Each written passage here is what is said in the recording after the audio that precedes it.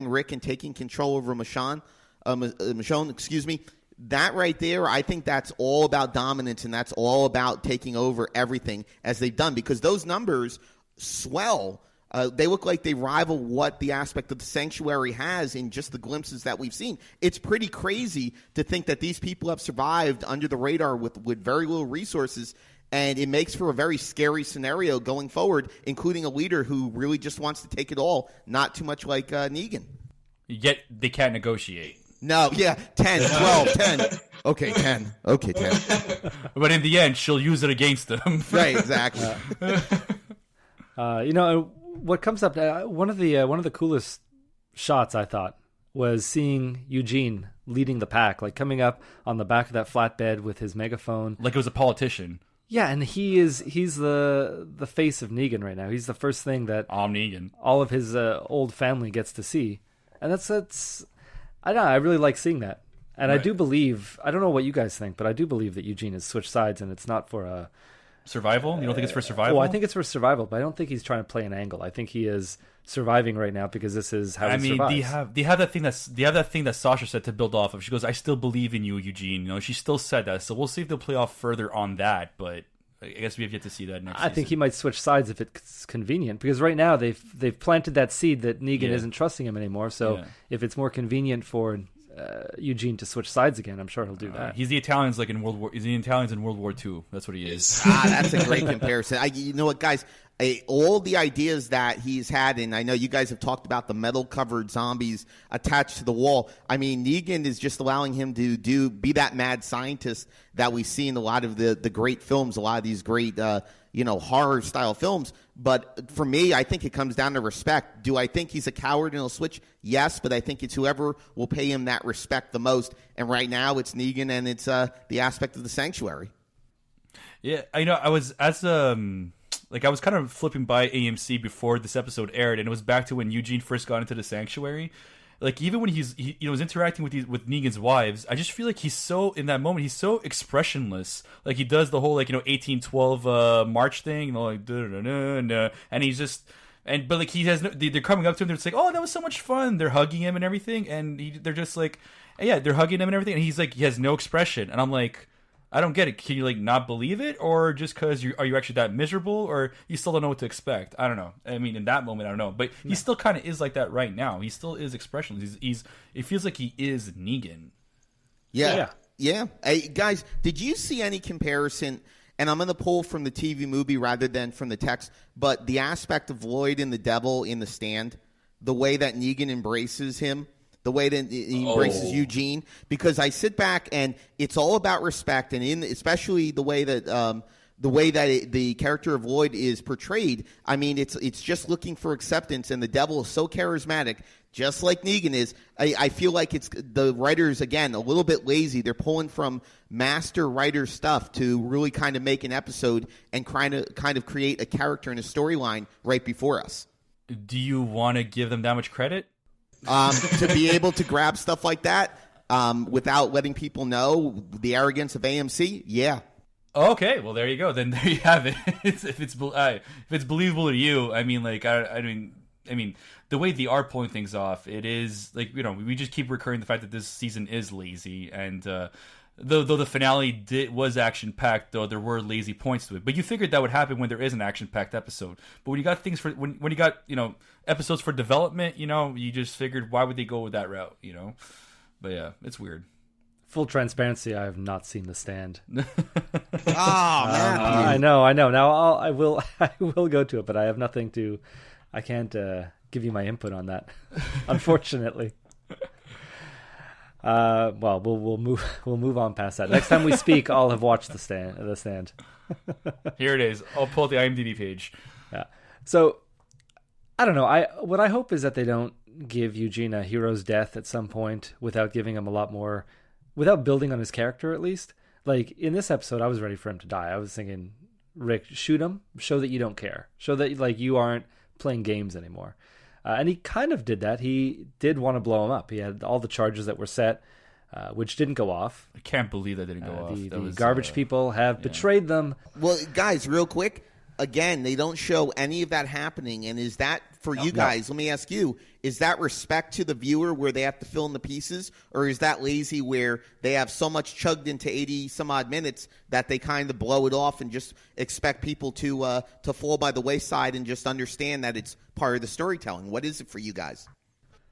I think for me that's you just use a lazy cliche. Well, I mean, if we saw it, then we would know beforehand. We're not getting the same surprise that we got when it didn't go off. I'd rather be surprised along with Rick and everybody else.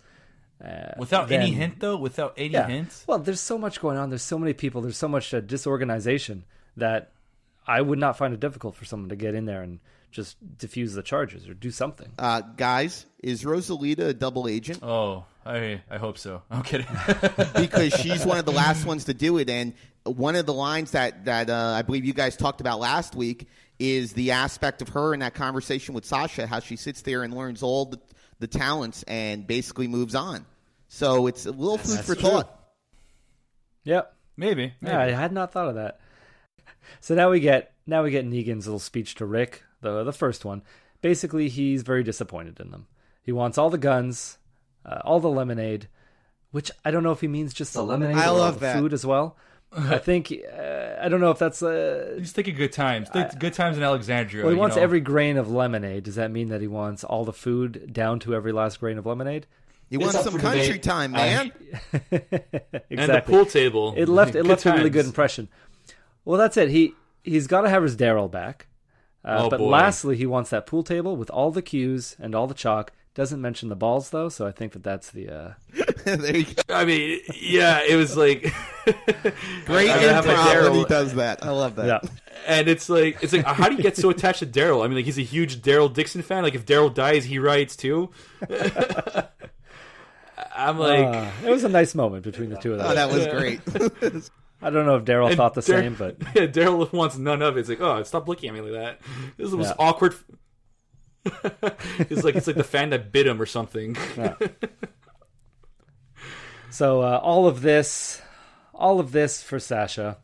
Rick wants to see Sasha, and of course, when Negan opens the coffin, she is a newly turned walker. I was still surprised by this. You were surprised? Yeah. You know what? Up to what point? Just because to the point where, like, even from the beginning, I didn't let myself guess what was going on with Sasha, and at some point we figure out, of course, that she's in the coffin. But, like, I still, even though, like, I should deduct the fact that she's going to become a walker, I still didn't let it get to me. I just didn't want it to be surprised, and I just loved seeing, like, Jeffrey Dean Morgan's face, and he just fall off, and it was a great moment. So that's why, like, I let myself, I suspend my disbelief that high for me to enjoy that one moment.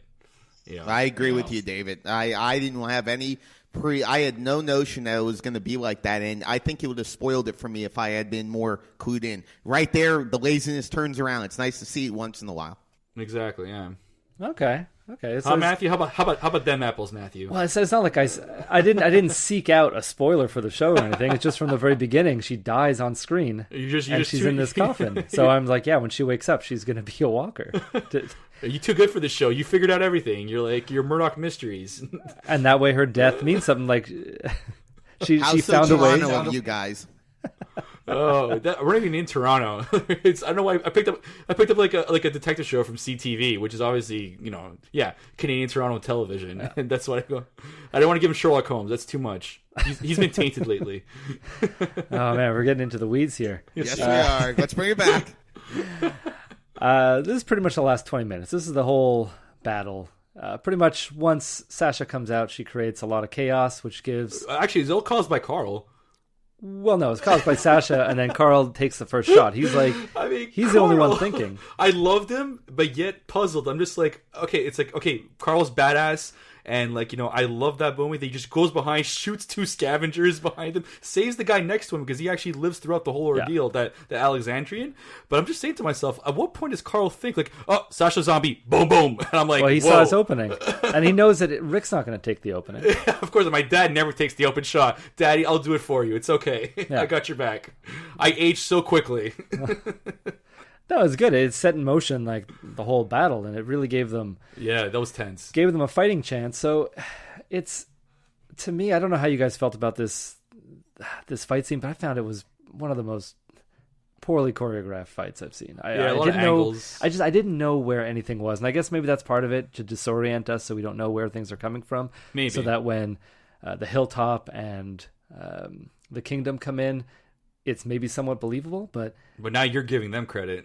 I have to because it's the whole point of this was to be really disoriented. Like I didn't even know who was one of the garbage people, who was a savior, who was But then the thing is, the feeling I got, though, I don't know if you guys got this feeling too. Before this, all the crap goes down. Remember when the garbage pail people come up? They're called scavengers. Just call them scavengers. They are scavengers. Yeah, but it's so close to saviors and. Anyways, but that's the thing. So but that's the point I'm about to elaborate on. When the scavengers first arrive, I'm like, oh my god, they look just like the saviors. Did you not feel that way in a way? I'm like, oh my god, they look like the saviors. They kind of remind me of the saviors. And then when this twist happens, I'm like, okay, well, they know exactly who to shoot. I just it makes me think I'd be terrible in a battle or a war because everybody's an enemy. You got to be there to feel it. You don't have camera angles. You're there, so you don't get those close-ups. Well, you know what though? I think though, David, that's a great point you bring up because one of the things, and yes, it's made to be chaotic, and I understand that, but it's also made the fact of poor editing, and also it's very much just shots on them firing weapons. I can't tell you how many times.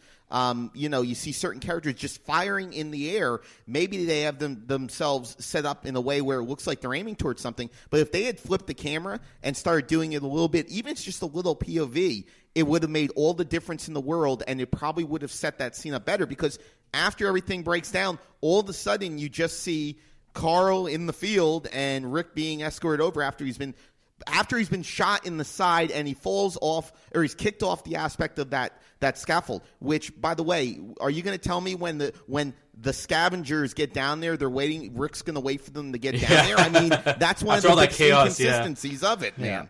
Yeah, I know. That was weird. I'm like, how do they have everything set up? They have all that noise going on, and like they still manage to have, okay, let's line everybody up the same way the season begun. Yeah. And you're like, okay, but it's just there's something I was about to say actually. What I'm really relieved that they did, and I'm glad they didn't do, was actually do the blood on the camera thing.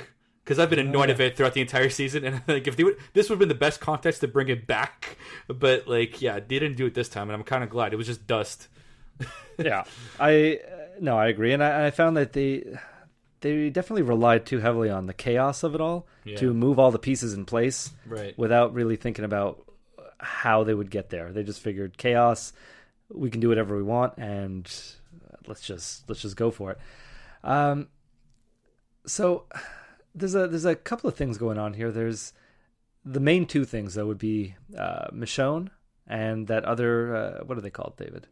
Terminator. Scavengers? Yeah, the scavenger. Yeah. So I got some weird vibes from her all the way from from that smile she gave Michonne at the beginning, saying "we win." It's like that's a weird thing, but they're weird people, so you kind of you let it go. Let that slide every time. Yeah, you can't pay attention to what they're saying. No. So they're battling it out up on the ledge. She looked really messed up. Jadis. Oh, by the end, yeah. I mean, she had like white coming out of her eyes at some point. Was that pus? And I'm like, or is that just like the sweat and the lighting? I don't know what, but that's her eyeball. So bad. I was like, oh my god! It's like, is Michonne gonna look any is she gonna look presentable after this? Does she have any teeth left? Yeah, that was the other thing. She was getting her head bashed down to the concrete, and I'm like, oh my god, that's brutal. Yeah. Damn, Oscar the Grouch. Yeah. So Jadis leads Rick over to the Circle of Saviors surrounding Carl. Negan and Jadis, they discuss terms. They had agreed on 12. Negan says 10. Are they talking about people? Because I think Negan mentions that. He says people are a resource. He mentions her body odor too. Yeah. But what are their terms? Are they? I was like, no offense, but you smell really bad. Yeah. And you wanted to lay with him? Like, seriously? It's not an upgrade. No. So Negan thinks he's been too soft on them. He's thinking maybe Rick just thinks of him as the guy who makes his kids spaghetti, and so he's got to fix things. Oh boy! Now here we hear that scream off in the distance. Yeah, and we also see Rick. When I look back, we see Rick is able to look up and he sees somebody fall. Yeah, were you able to see? I was able to see it the second time around. I didn't see it the first time around. Yeah, did that sound like Michonne to you? Like, did you guys think it was a little weird that he immediately jumped to it being Michonne? And it did sound like her. When I first like, oh my god, is that because? Well, maybe because we see what's going on with her, then you hear her scream. Do you automatically link that's the way Michonne sounds when she screams? But because there's so much going on. But how does Negan know? Is the other thing I want to know. Well, I think he knew because of Rick's face. Well, guys, yes. You know what, Matthew? I think that's exactly right because that scene does not work because I didn't think it was Michonne